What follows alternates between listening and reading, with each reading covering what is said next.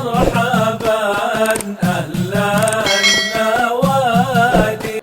الفاتحة إلى روح سيدنا وحبيبنا وشفينا رسول الله محمد بن عبد الله وعلى آله وأصحابه وأزواجه وذريته وأهل بيته أجمعين، خصوصا إلى روح سيدنا أحمد بن عيسى المهاجر فقيه المقدم محمد بن علي وعلي وجميع سادة علي وعلي وأصول وفروئهم أن الله يؤلي درجاتهم في الجنة ويكثر مصوبتهم ويضاعف حسناتهم ويحفظنا بجاههم وينفعنا بهم ويعيد علينا من بركاتهم وأسرارهم وأنوارهم وعلومهم ونفحاتهم في الدين والدنيا والآخرة. الفاتحة.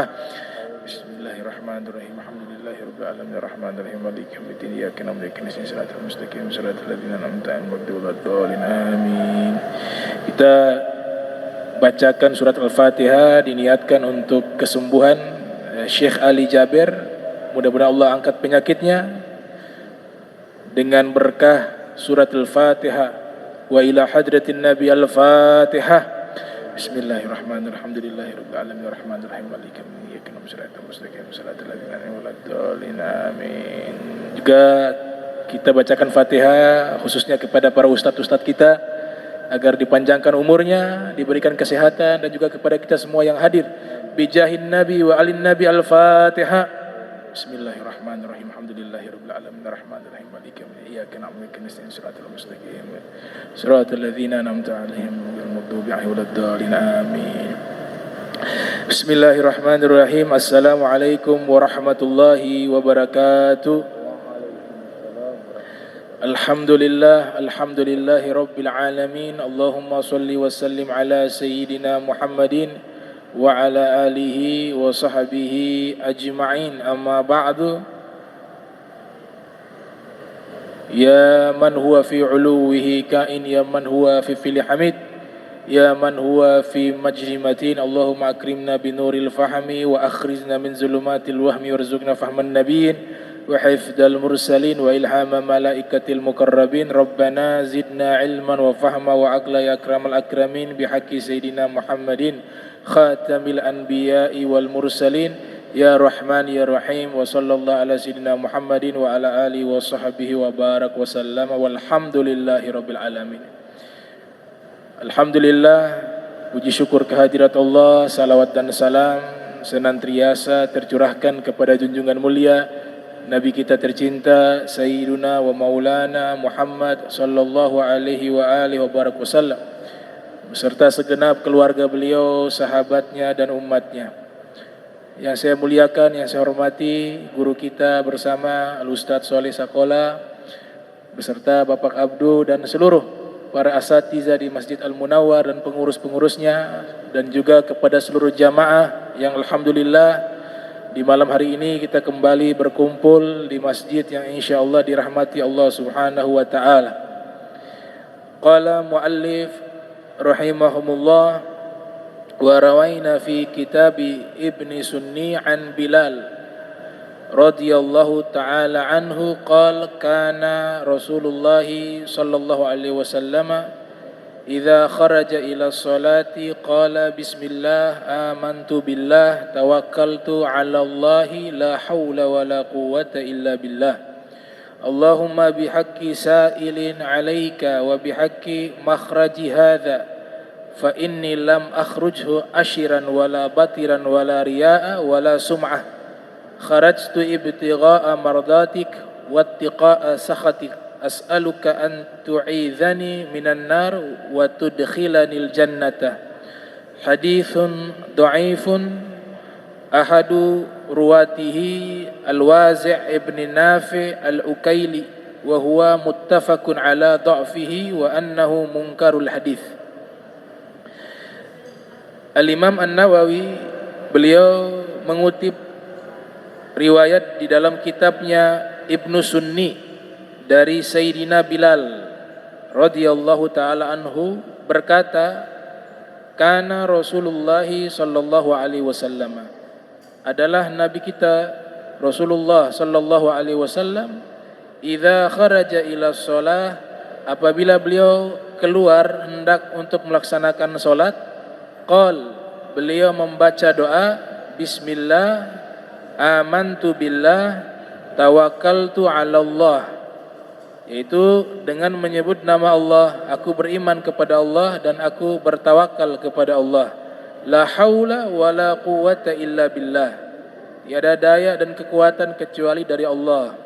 Allahumma bihaqqi sa'ilin 'alaika, ya Allah dengan hak orang yang berdoa kepadamu, wa bihaqqi makhraji hadza, dan dengan hak tempat keluar ini, fa inni lam akhrujhu ashiran wala batira wala riya'a wala sum'ah, sesungguhnya aku tidak keluar asyira dengan niat melakukan keburukan, wala batira dan juga dengan keadaan sombong, wala riya'an dan juga dengan tidak keadaan riya, wa sum'ah dan juga sum'ah.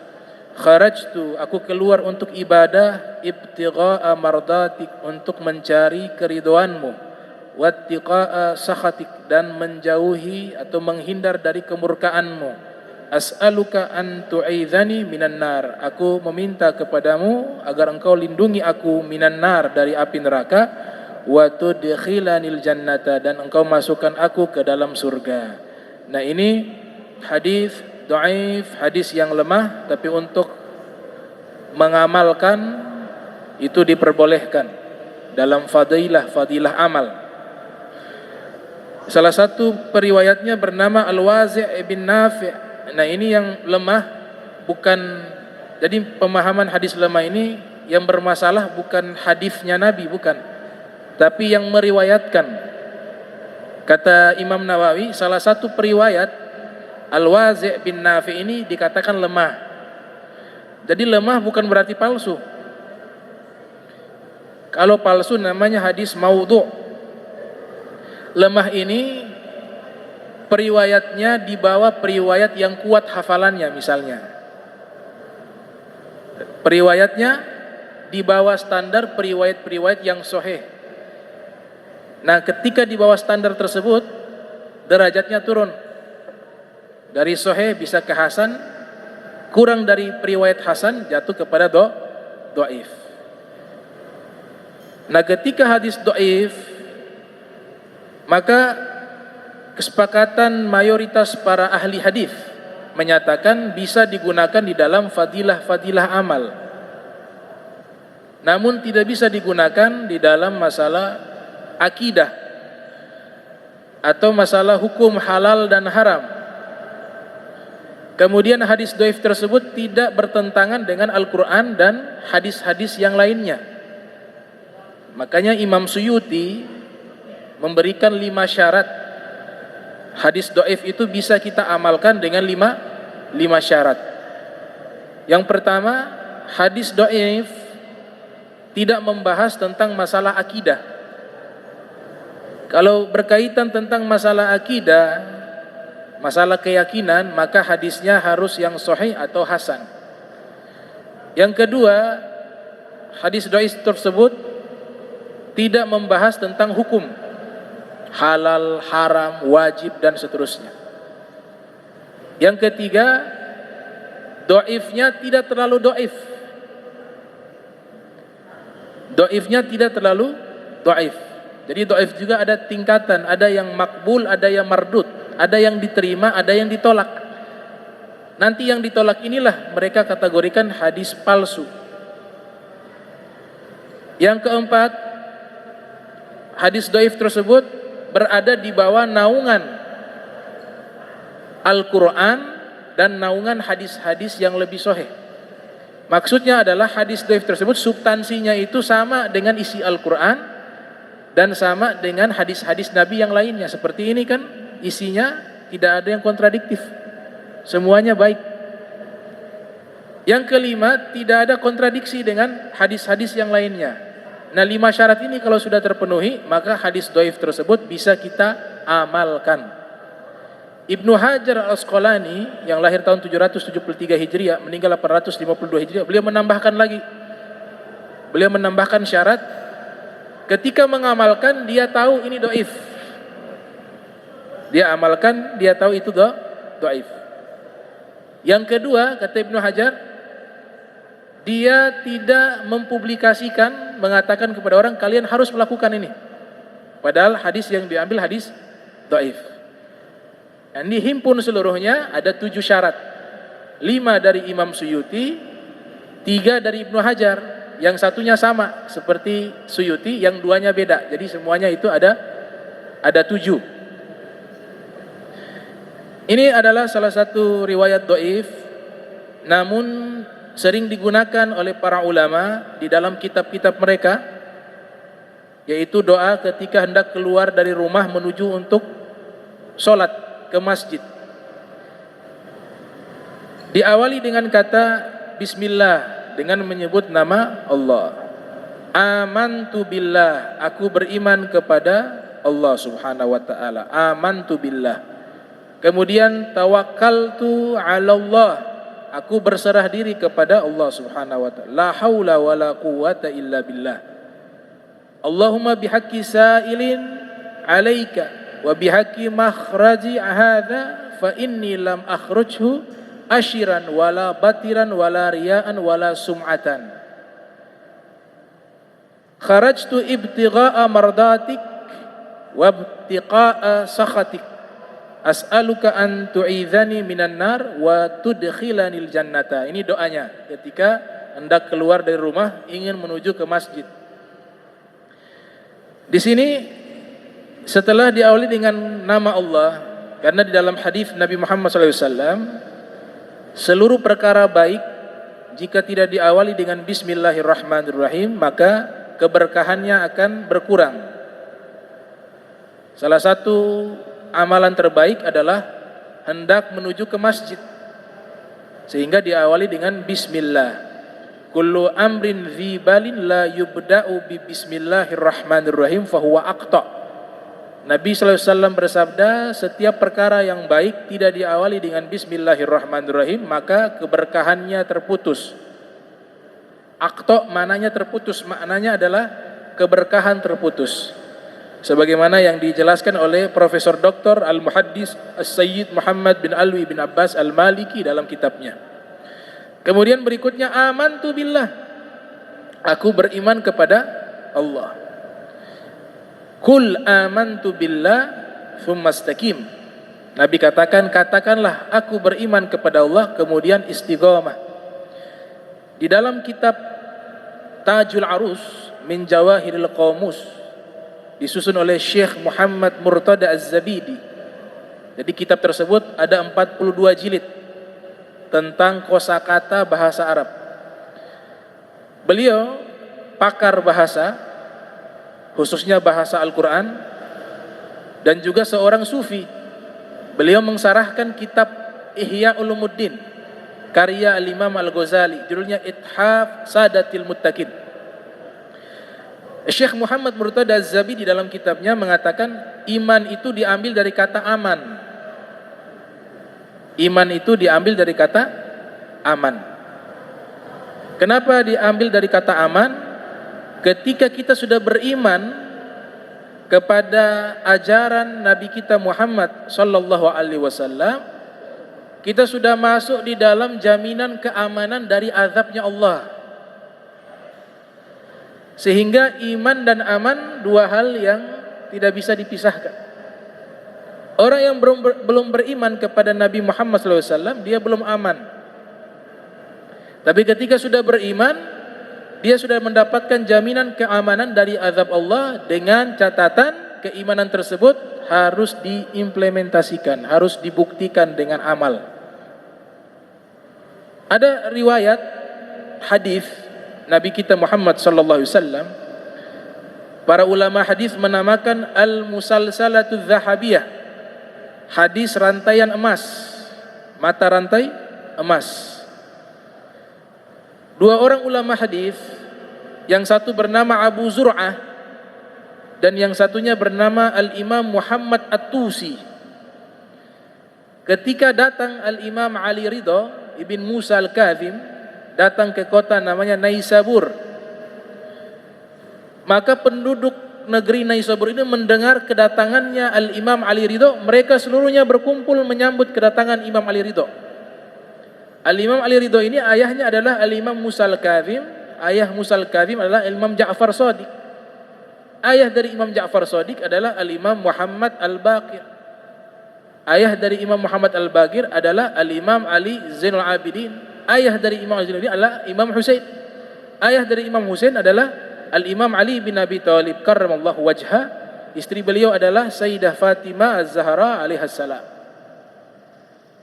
Maka disambut kedatangan Al-Imam Ali Ridho. Disebutkan di dalam kitab sejarah Al-Bidayah wan Nihayah yang disusun oleh Al-Imam Ibn Katsir yang lahir tahun 700 Hijriah, meninggal tahun 774 Hijriah, kurang lebih 200.000 orang. Seluruhnya menyambut kedatangan Al-Imam Ali Ridho, termasuk gubernurnya, amir, dan termasuk para ulamanya. Para ulama hadis mereka berdiri di depan. Kemudian di depan juga ada amir mereka, gubernur. Seluruhnya 200.000 orang. Datang Al-Imam Ali Ridho. Ketika datang, dua orang ahli hadis terkemuka di kota Naisabur. Salah satunya adalah murid dari Imam Bukhari, namanya Abu Zur'ah. Dan yang satunya bernama Al-Imam Muhammad At-Tusi. Mereka katakan, ya ibna Rasulillah, wahai putranya Rasulullah sallallahu alaihi wasallam. Ya ibna Tahirain, wahai putranya dua orang suci, yaitu Imam Ali dan Sayyidah Fatimah Zahra. Tolong berikan kepada kami satu hadis yang engkau dapat dari ayahmu dan bersambung sampai kepada Nabi Muhammad sallallahu alaihi wasallam.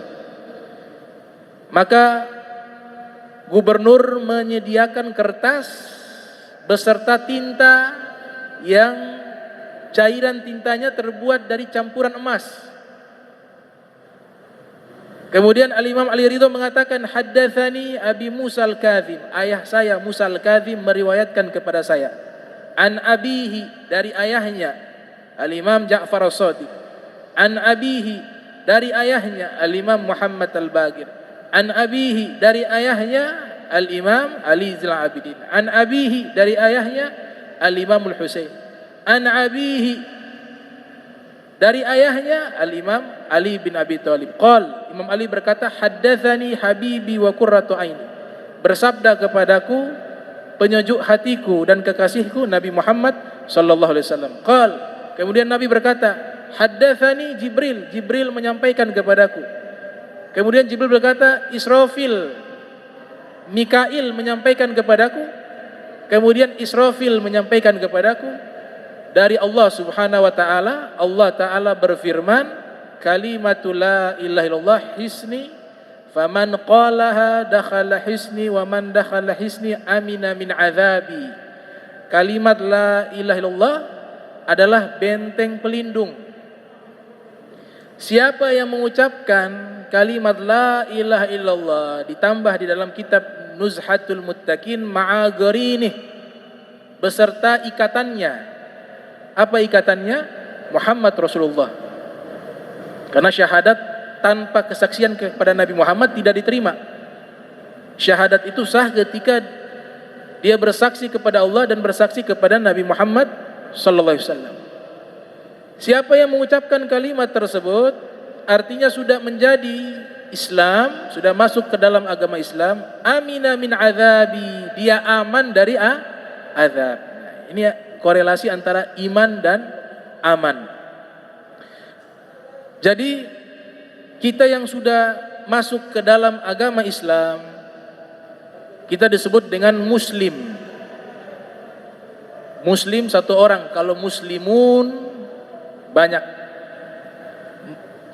Muslim dengan mukmin beda.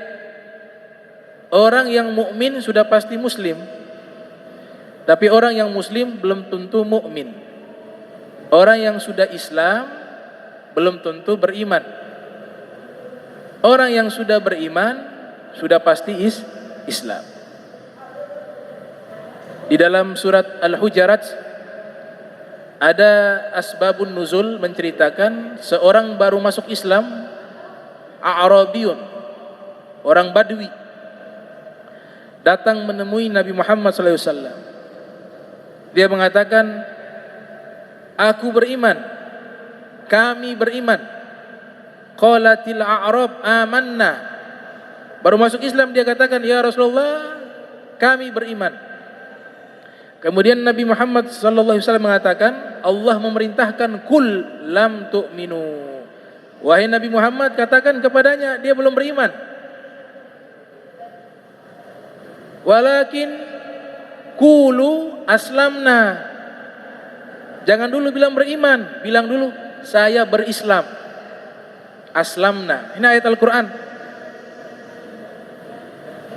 Walamma yadkhulul imanu fi qulubikum, karena iman itu belum masuk ke dalam hati kalian.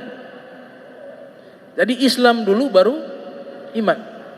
Makna iman di sini dalam strata pangkat derajat. Wa in tuti'ullah wa rasulahu la yalitkum min a'malikum syai'a. La yalitkumullah min a'malikum syai'a. Jika kalian taat kepada Allah dan Rasulnya, maka amal kalian sedikit pun tidak akan luput di sisi Allah Subhanahu wa taala. Di ayat ini jelas ketika dia mengatakan kami beriman, Allah mengatakan jangan dulu mengatakan beriman, tapi katakan berislam dulu. Karena iman itu punya cabang-cabang, punya tingkatan. Ada orang yang imannya derajat rendah, ada yang pertengahan, ada yang tinggi. Masing-masing berbeda keadaan keimanannya kepada Allah Subhanahu wa taala. Karena cabang iman itu banyak. Sehingga di dalam hadis yang diriwayatkan oleh Imam Muslim dalam sahihnya yang lahir tahun 204 Hijriah, meninggal 261 Hijriah, Nabi kita sallallahu alaihi wasallam bersabda, "Al-imanu bid'un wa sab'una syu'bah." Iman itu ada 70 lebih cabang, kata Nabi kita sallallahu alaihi wasallam. Afdaluha qaul la ilaha illallah. Yang paling terbaik adalah mengucapkan la ilaha illallah. Ma'a gharinih, disertai pengikatnya Muhammad Rasulullah. Wa adnaha imatatul adza anit tariq, dan yang paling rendah standar keimanan, cabang dari keimanan, menghilangkan bahaya di jalanan. Ada batu, ada apa, digeser sehingga tidak ada orang yang mengalami kecelakaan. Kemudian Nabi katakan wal haya'u syu'batun minal iman. Rasa malu juga cabang dari keimanan. Di sini kalau kita analisa di hadis Muslim tersebut, iman berarti ada 3. Yang pertama lisan. Iman itu harus dibuktikan dengan lisan, dengan mengucapkan. Sehingga dikatakan yang pertama mengucapkan la ilaha illallah. Lisan saja tidak cukup. Ketika sudah diucapkan harus diamalkan. Makanya yang kedua apa? Menggeser bahaya di jalanan. Itu apa? Perbuatan. Kalau 2 belum cukup, dalam hati, al-haya, sifat malu itu ada dalam hati. Nah ini yang namanya kita mengucapkan dengan lisan, kita yakini dengan hati, dan kita mengimplementasikan dengan perbuatan. Itu yang namanya iman.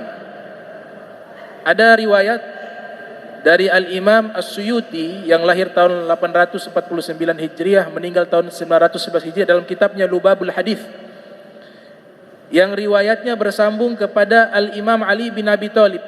Namanya hadis mauquf. Hadis mauquf. Apa itu hadis mauquf? Wa ma adaftuhu ilal ashabi min qaulin wa fi'lin fahuwa mauqufun zukin. Segala sesuatu yang kita sandarkan kepada sahabat, baik ucapannya, perbuatannya, dinamakan hadis mauquf.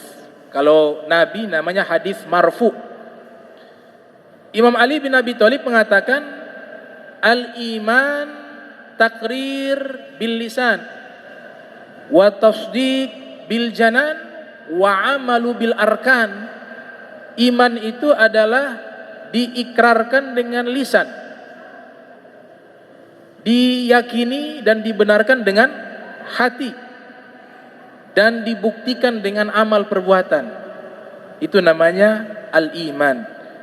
Sehingga di dalam Nazm Zubat Ibnu Ruslan menyatakan awwalu wajibin alal insani ma'rifatu bil ilah wa nutqu bi syahadatin in i'tubira li sihhatil iman mimman qadara in saddaqal qalbu wa bil a'mali yakunu dha nakfin wa dha kamali fakun minal imani fi mazidi wa fi safa'il qalbi dha tajdidi bi kathratis salati wa ta'ati wa tarki mali nafsi min syahwati fa syahwatu nafsi ma'az zunubi mujibatani gaswatal qulubi wa inna ab'ada qulubin nasi min rabbinar rahim qalbun qasi.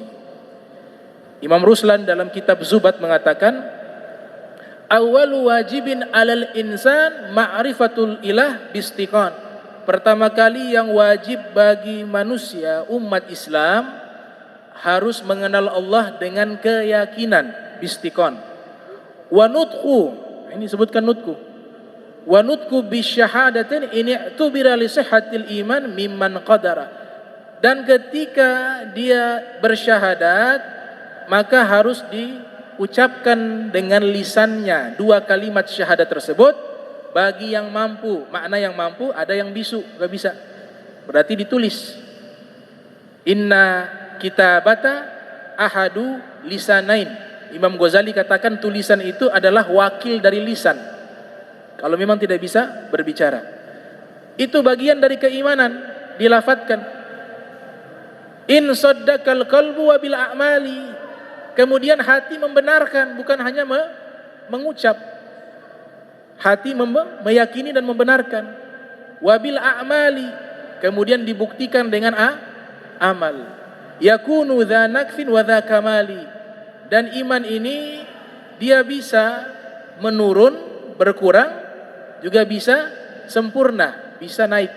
Jadi iman bisa naik dan bisa turun sesuai dengan amal perbuatan bil a'mali.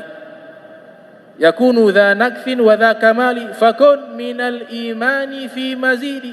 Maka jadikanlah imanmu itu selalu bertambah. Fi mazidi. Fakun minal imani fi mazidi bi kathrati sholati wa ta'ati. Dengan cara bagaimana iman bertambah? Bi kathrati sholati, banyak salat, wa ta'ati, dan meningkat ketaatannya kepada Allah Subhanahu wa taala. Maka iman itu bertambah. Bi kathrati sholati wa ta'ati wa tarki mali nafsi min syahwati, dan meninggalkan maksiat, dorongan-dorongan syahwat yang mengarah dan mengajak kepada perbuatan dosa. Wa tarki mali nafsi min syahwati fa syahwatu nafsi ma'adz dzunubi, karena dorongan syahwat ini mengantarkan kepada perbuatan dosa. Fa syahwatu nafsi ma'adz dzunubi mujibatani gaswatal qulubi, dan dosa ini menyebabkan hati menjadi keras.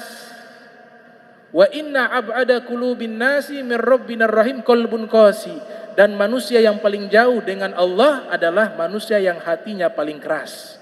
Itu disebutkan dalam Zubat.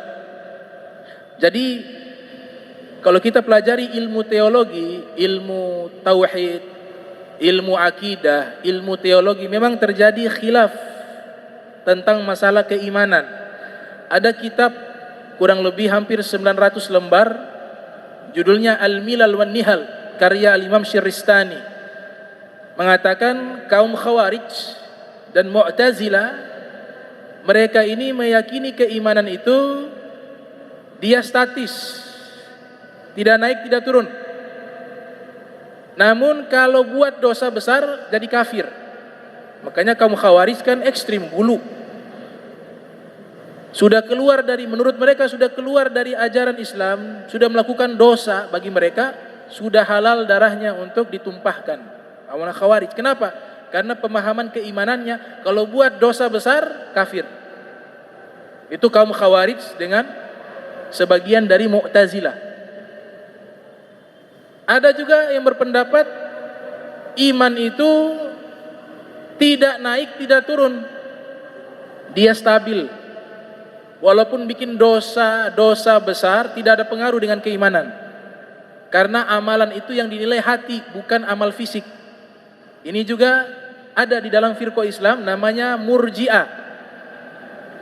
Nah, ahli sunnah wal jamaah posisinya di tengah, bahwa iman itu dia yazid wa yankus. Dia bisa naik, dia bisa turun. Sehingga Al-Imam Abu Hanifah, beliau mengatakan iman itu ada 4 jenis. Yang pertama, imanul anbiya wal mursalin, imannya para nabi dan para rasul. Yazid wala yankus. Jadi imannya naik terus, tidak pernah turun. Yaitu imannya para nabi. Makin diuji dengan musibah, dengan ujian kehidupan, dengan dakwah mereka yang dihalangi, diperangi, tapi imannya tidak turun, tapi justru malah naik. Nah, ini imannya para nabi, para rasul. Naik terus, tidak pernah turun. Itu yang pertama. Yang kedua, imanul malaikah, la yazid wa la yankus. Imannya para malaikat, tidak pernah naik, tidak pernah turun. Jadi di awal Allah ciptakan malaikat, ya imannya seperti itu. Karena standar penilaian iman seseorang naik ketika dia taat. Dan standar penilaian iman seseorang turun ketika maksiat. Malaikat tidak punya itu. Tidak ada maksiat. Sehingga dalam Al-Quran itu disebutkan yaf'aluna ma tu'marun. Yaf'aluna ma yu'marun. Mereka melakukan segala perintah Allah yang diperintahkan tanpa ada kemaksiatan. Dan iman kedua, iman malaikat, tidak naik, tidak turun. Yang ketiga, imanul muslimin, imannya orang muslim, yazid wa yankus, kadang naik, kadang turun. Naiknya dengan amal-amal soleh makin meningkat, turunnya dengan kemaksiatan. Dan yang keempat, imanul kafirin, imannya orang kafir, yankus wala yazid, turun terus tidak pernah naik. Turun tidak pernah naik. Nah, ini pendapatnya Imam Abu Hanifah, mengatakan iman itu jenisnya ada 4 jenis. Kemudian Al-Imam Ali bin Abi Thalib karramallahu wajha, beliau juga menegaskan la imana liman la amanatalah. Keimanan tidak sempurna bagi orang yang tidak memiliki amanah. Amanah disebutkan oleh Syekh Nawawi Al-Bantani dalam kitabnya Nuruz Zolam adalah amanah yang dimaksud adalah amanah terhadap seluruh nikmat Allah yang Allah berikan kepada kita, kita letakkan di dalam ketaatan kepada Allah Subhanahu wa taala. Oleh sebab itu, iman ini kalau hanya lisan, kita mengaku kita beriman kepada Allah, tapi dalam hatinya mengingkari, tidak yakin, bahkan mengingkari, itu seperti imannya orang munafik. Orang munafik itu beriman dengan lisan dan perbuatan. Lisan dia mengaku beriman, kemudian dengan perbuatan juga dia lakukan, dia sholat, dia puasa, tapi apa? Hatinya tidak meyakini itu. Sehingga dikatakan yudhirul Islam wa yudmir kufra. Dia menampakkan keislaman, namun dalam hatinya dia menyembunyikan kekufuran. Allah Subhanahu wa taala berfirman di dalam surat Al-Munafiqin, "Idza ja'akal munafiquna qalu nashhadu innaka la rasulullah wallahu ya'lamu innaka la rasuluh wallahu yashhadu innal munafiqina lakadzibun." Lihat, ini ada syahadat. Apabila datang kepada kalian orang-orang munafik, munafikuna qalu nashhadu.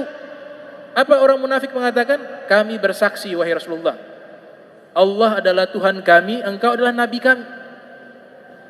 Lisan mengikrar kalimat keimanan, amal juga dengan amal perbuatan, amal ibadah, amal keimanan, tapi hatinya mengingkari, maka ini yang namanya munafik. Jadi kalau hanya lisan, perbuatan, hati menolak, itu namanya munafik. Wa minan nasi may yaqulu amanna billahi wa bil yaumil akhir wa ma hum bimu'minin. Allah yang nyatakan, sebagian manusia, wa minan nasi may yaqulu, mereka mengatakan amanna billahi, kami beriman kepada Allah, wa bil yaumil akhir, dan juga kepada hari kiamat. Apa jawabannya Allah? Wa ma hum bimu'minin. Mereka bukan orang beriman, kata Allah. Kenapa? Hanya lisan, lidahnya saja mengakui saya Islam, saya beriman. Kemudian dia juga ikut-ikutan, orang sholat diikut sholat, orang puasa diikut puasa. Tapi dalam hatinya dia ingkari ajaran Nabi Muhammad SAW. Namanya munafiqin. Orang-orang munafik. Yang kedua, hati percaya. Hati percaya kepada Allah, tapi lisan tidak mengikrar dengan syahadat, kemudian amal perbuatan tidak mengikuti ajaran Nabi Muhammad SAW. Ini adalah orang-orang kafir dan orang-orang musyrik. Orang-orang kafir, kita tanya ahli kitab, Nasrani wa Yahudi, termasuk orang-orang musyrik, seluruhnya ini percaya adanya Tuhan. Orang musyrik kalau kita bertanya kepada mereka, siapa yang menciptakan langit dan bumi, mereka pasti menjawab yang menciptakan Allah. Di surat Luqman, wala in sa'altahum man khalaqas samawati wal ard la yaqulunna Allah. Seandainya engkau bertanya kepada mereka, siapa yang menciptakan langit dan bumi, pasti pakai lam taukid, pasti mereka menjawab yang menciptakan Allah Subhanahu wa taala. Ini jawaban dari orang musyrik. Dalam tafsir disebutkan Nabi bertanya kepada mereka. Mereka percaya adanya Allah, tapi mereka tidak diterima sebagai orang beriman. Kenapa? Karena hati membenarkan, tapi lisan dan praktek amalnya tidak ikut kepada Nabi Muhammad SAW. Ditolak. Yang ketiga, lisan mengikrar, hati meyakini, tapi amal tidak mengikuti Nabi. Bertentangan dengan jumhur para ulama, seperti kaum Mujassimah. Kaum Mujassimah sekelompok kaum yang memfisikkan Tuhan. Allah difisikkan seperti makhluk, punya kaki, punya muka, punya tangan, tidak ada jenggot, seperti anak muda, betisnya putih, rambutnya, difisikkan Allah. Itu terjadi. Namanya kaum Mujassimah. Nah ini mereka syahadat, mereka sholat, mereka puasa, mereka zakat, tapi amaliannya bertentangan dengan mayoritas pemahaman para ulama yang mengikuti pemahaman Nabi Muhammad SAW, sehingga belum dikatakan beriman secara utuh. Mujassimah namanya. Dikatakan oleh para ulama, man wasafallah bima'nan min ma'anil bashar faqad kafar.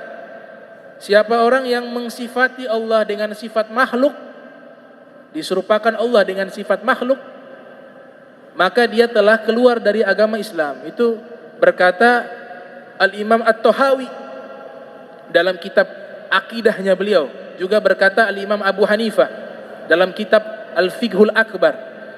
Jadi tidak boleh kita menggiring umat Islam untuk berimajinasi tentang Allah. Gak boleh kita menggiring mereka, apalagi anak-anak, sehingga nanti ada pintu imajinasi, mereka mengimajinasikan Tuhan seperti makhluk. Karena dikatakan la fikrata fillah, gak boleh kita berpikir tentang Allah. Allah itu seperti apa ya bentuknya? Bentuknya itu tidak boleh. Bahkan Imam Ali bin Abi Thalib dan Imam Ghazali ketika ditanya aina Allah, di mana Allah wahai Imam Ali?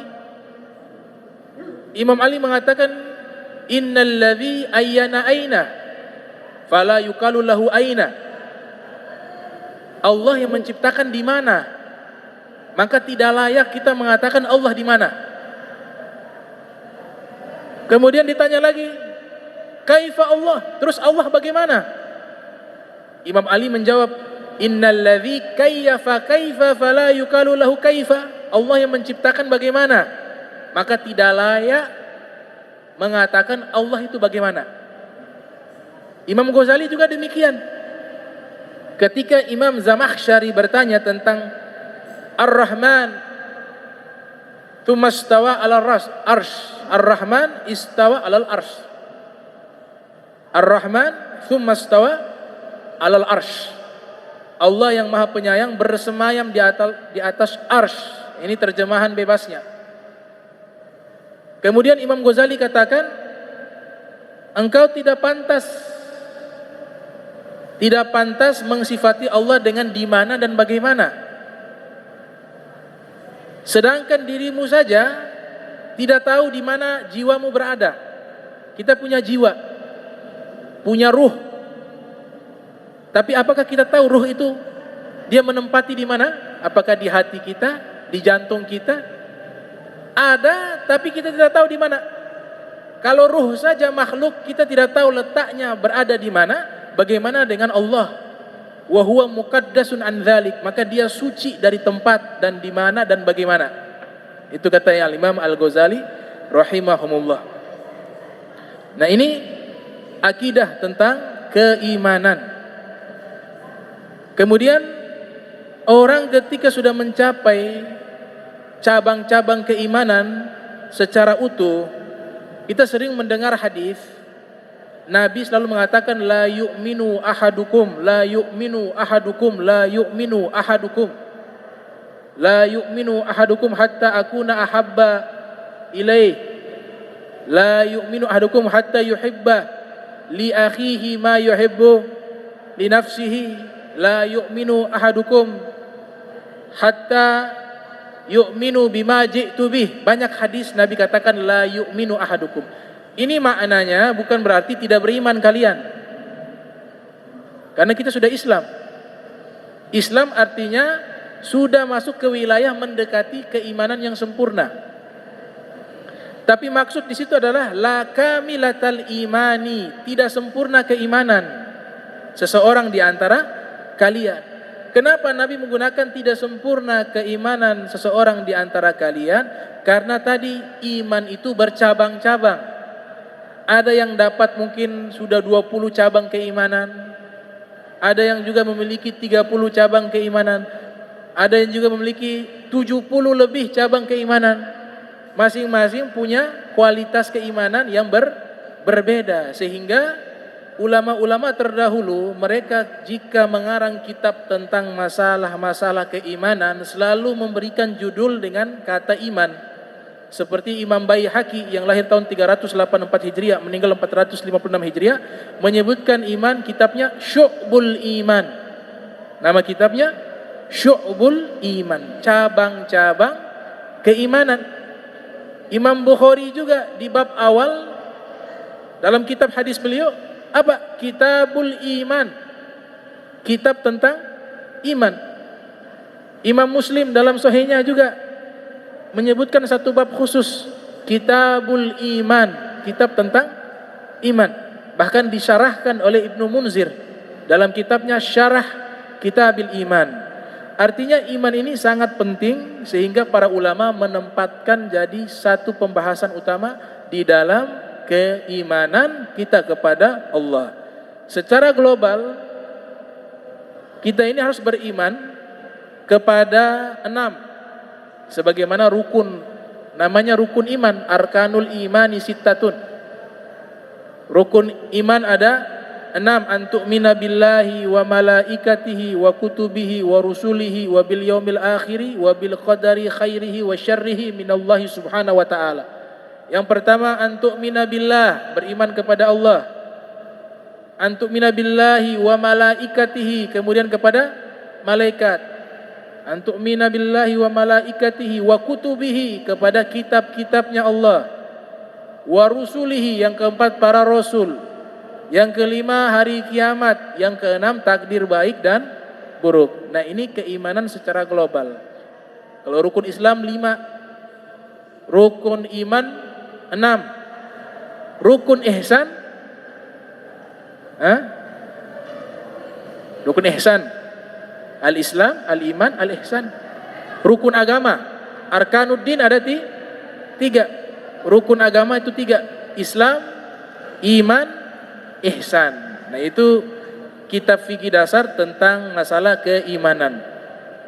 Nah, orang-orang jika sudah mencapai puncak keimanan, jadi saya katakan ada yang sudah mencapai puncak keimanan. Contoh ilustrasi, Imam Ali bin Abi Thalib pernah mengatakan, "Lau kushifal ghita'u mazdattu yakina." Ini bahasa menunjukkan kualitas keimanan beliau. Apa kata beliau? Seandainya dibukakan tabir di hadapanku, guru kami mengartikan seandainya Allah menampakkan wujudnya di hadapannya di dunia, Allah tampak di hadapannya, maka keyakinanku tidak bertambah. Iman juga arti lain adalah al-yaqin, at-tasdiq, membenarkan, meyakini. Kenapa Imam Ali mengatakan demikian? Karena tanpa juga melihat Allah di dunia, keimanannya sudah penuh. Sehingga ketika seseorang keimanannya sudah penuh kepada Allah, kepada Rasulullah, dan seluruh ajaran Nabi Muhammad SAW, maka hatinya ini bisa menampung anugerah besar yang Allah berikan. Sehingga Imam Ali itu dapat doanya Nabi. Nabi berdoa dan disebutkan dalam kitab Tarikhul Khulafa yang disusun oleh Imam Suyuti, Allahumma hdi qalbahu ilal haq. Ya Allah, berikanlah petunjuk ke dalam hatinya Imam Ali yang selalu mengarah kepada kebenaran, gak pernah salah. Nabi pegang dada beliau, Allahumma hdi qalbahu ilal haq. Ya Allah, berikan petunjuk ke dalam hatinya, yang hatinya membimbing dia selalu menuju kepada al-haq, kebenaran. Ini Nabi doa, Nabi sudah tahu yang bisa menampung hidayah seperti ini orang yang hatinya bersih. Yang pertama, orang yang hatinya sudah tidak ada ragu lagi tentang agama Islam, keimanannya kepada Allah, kepada Rasulullah, kepada malaikat, kepada kitab-kitab, kepada hari kiamat, kepada takdir baik ataupun buruk. Kalau semuanya sudah sempurna, baru hati ini diberikan petunjuk. Jadi dengan hati kita bisa tahu mana yang benar, mana yang salah. Tapi hati yang seperti ini bukan hati yang belum sempurna. Nabi katakan istafti qalbak.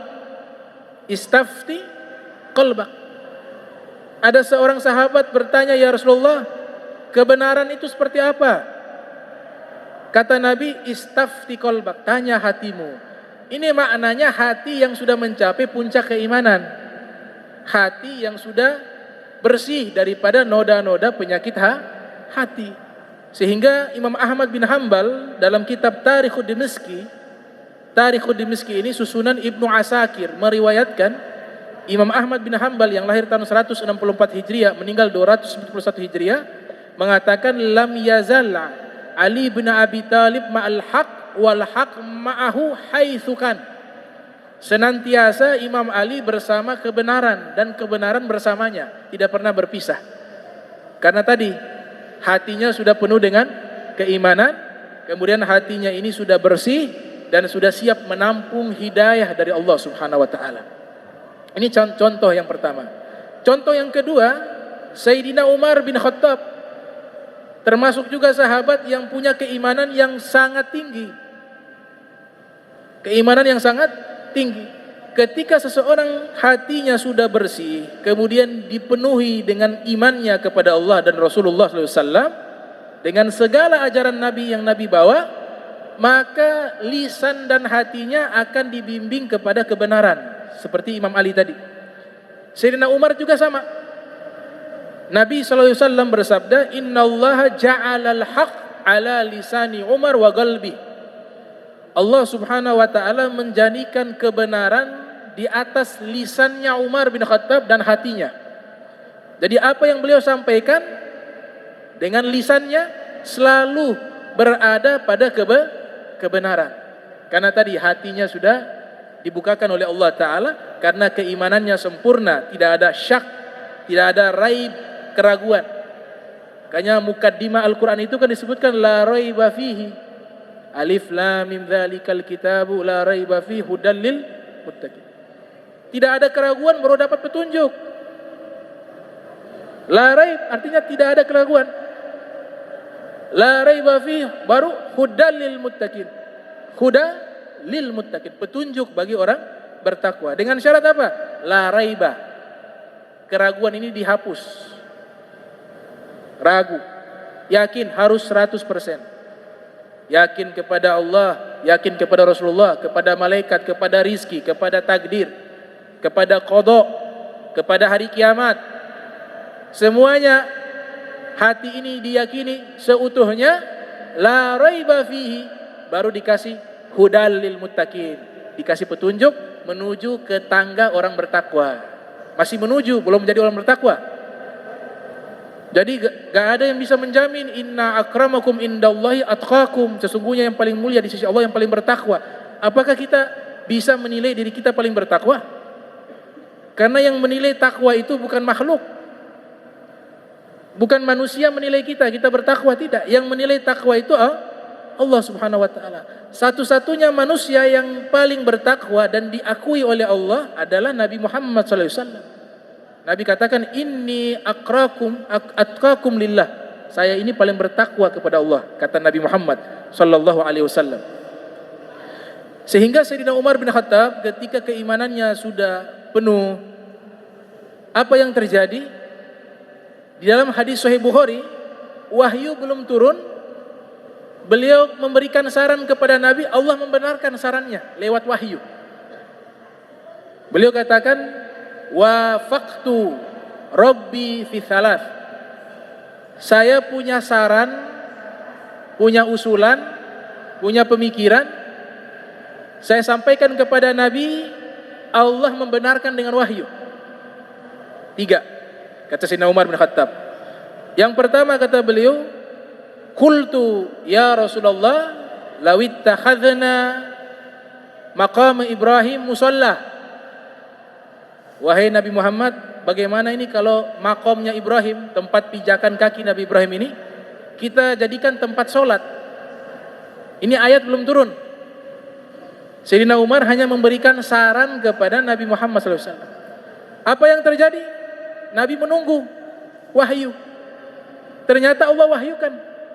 Wattakhidhu mim maqami Ibrahima musalla. Diperintahkan, jadikanlah makomnya Ibrahim tempat sholat. Itu terlebih dahulu Sayyidina Umar usulkan, kemudian Allah benarkan dengan wahyu. Yang kedua, disebutkan dalam kitab Asbabun Nuzul, Al-Imam Al-Wahidi Naisaburi meriwayatkan beberapa sahabat diundang makan datang ke rumah Rasul SAW sebelum turunnya ayat hijab. Makan satu nampan. Pada waktu itu Nabi makan beserta istri beliau Sayyidatuna Aisyah bersama sahabat laki-laki yang lain, makan bersama. Tidak sengaja tangan seorang sahabat menyentuh tangannya Sayyidah Aisyah. Karena makan satu nampan, tersentuh tangannya Sayyidah Aisyah.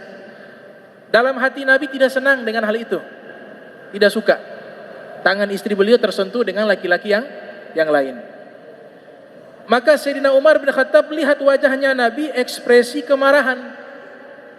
Kemudian Sayyidina Umar mengusulkan, ya Rasulullah, seandainya buat hijab penutup pisah laki perempuan, itu jauh lebih baik, karena yang datang ke rumahmu tidak semuanya orang baik. Ada yang orang baik, ada orang fajir. Ada yang otaknya bersih, ada yang otaknya kotor. Ada baiknya pakai hijab.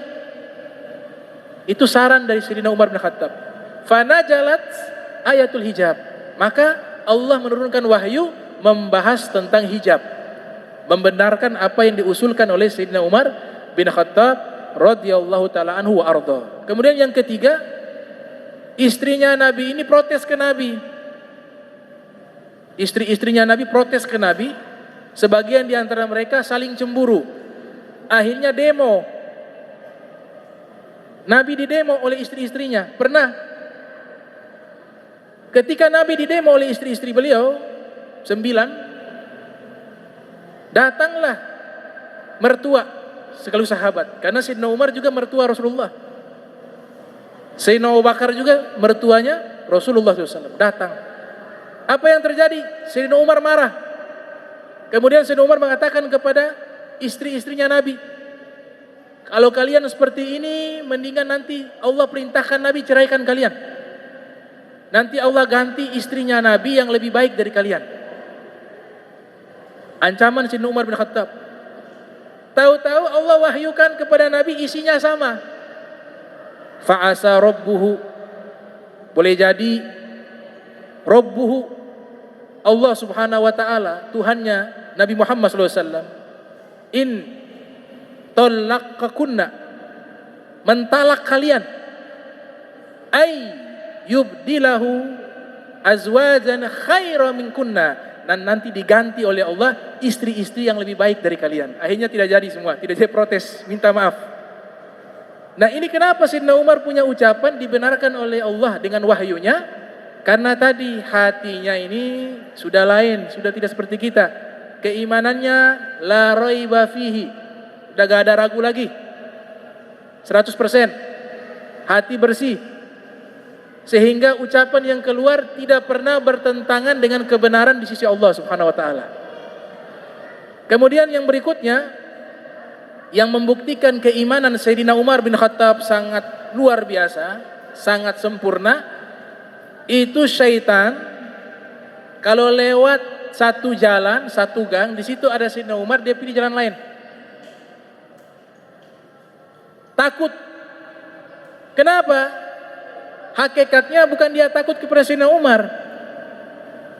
Kata ulama-ulama sufi seperti Ibnu Arabi dalam kitabnya Al-Futuhatul Makkiyah mengatakan, itu syaitan takut kepada cahaya keimanan Sayyidina Umar. Karena ketika seseorang punya keimanan begitu tinggi kepada Allah, kepada Nabi Muhammad, itu cahaya keimanannya bisa membakar syaitan. Bisa membakar syaitan. Bahkan dalam satu riwayat, orang-orang yang lewati jembatan Sirat di hari kiamat, di yaumil akhir, ada orang-orang yang punya keimanan luar biasa, para aulia, para solihin, para gudub, para gaus, para abdal, para autad, nama-nama wali. Mereka punya keimanan kan luar biasa. Lewat di jembatan Sirat itu neraka teriak, ya Rob, perintahkan mereka segera lewatin kami. Jangan lama-lama di atas kami. Kenapa? Cahaya keimanan mereka bisa memadamkan api neraka. Itu pernyataan api neraka terhadap kekuatan keimanan. Makanya syaitan kalau lihat, oh ini Sayyidina Umar lewat sini, dia pilih jalan lain. Nabi yang katakan sallallahu alaihi wasallam, ya Umar, ma laqiyaka syaitanu salika fajjaqat illa salaka fajja gaira fajjik.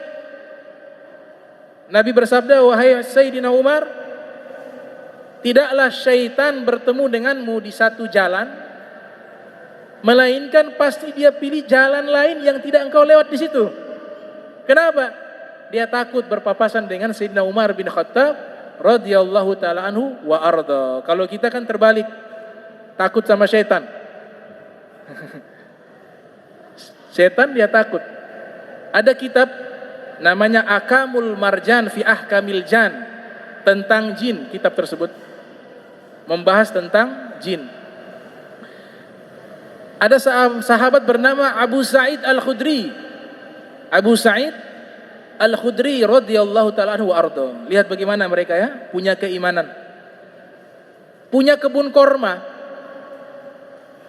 Tengah malam pergi ke kebun korma, tengah malam sendiri. Ternyata ketika pergi di kebun korma, dia lihat di atas pohon korma ada makhluk di atas. Dipikir maling nih, manusia. Sayyidina Abu Sa'id Al-Khudri bertanya, kamu siapa tuh di atas? Ini kormanya saya, pohon kormanya saya. Dia katakan, saya jin.